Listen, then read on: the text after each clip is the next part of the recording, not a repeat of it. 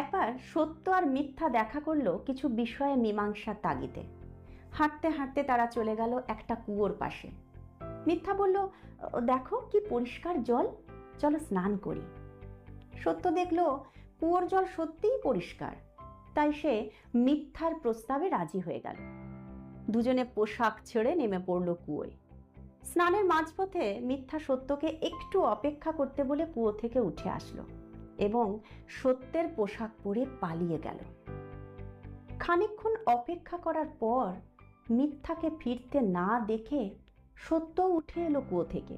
মিথ্যা কোথাও নেই, এমনকি পোশাকও নেই। রাগে অন্ধ হয়ে সত্য বের হলো মিথ্যাকে খুঁজতে, কিন্তু নগ্ন সত্যকে দেখে ছিছি করে ধিক্কার দিল সভ্য সমাজের মানুষেরা, এমনকি তেড়েও এলো অনেকে। সত্য অনেক চেষ্টা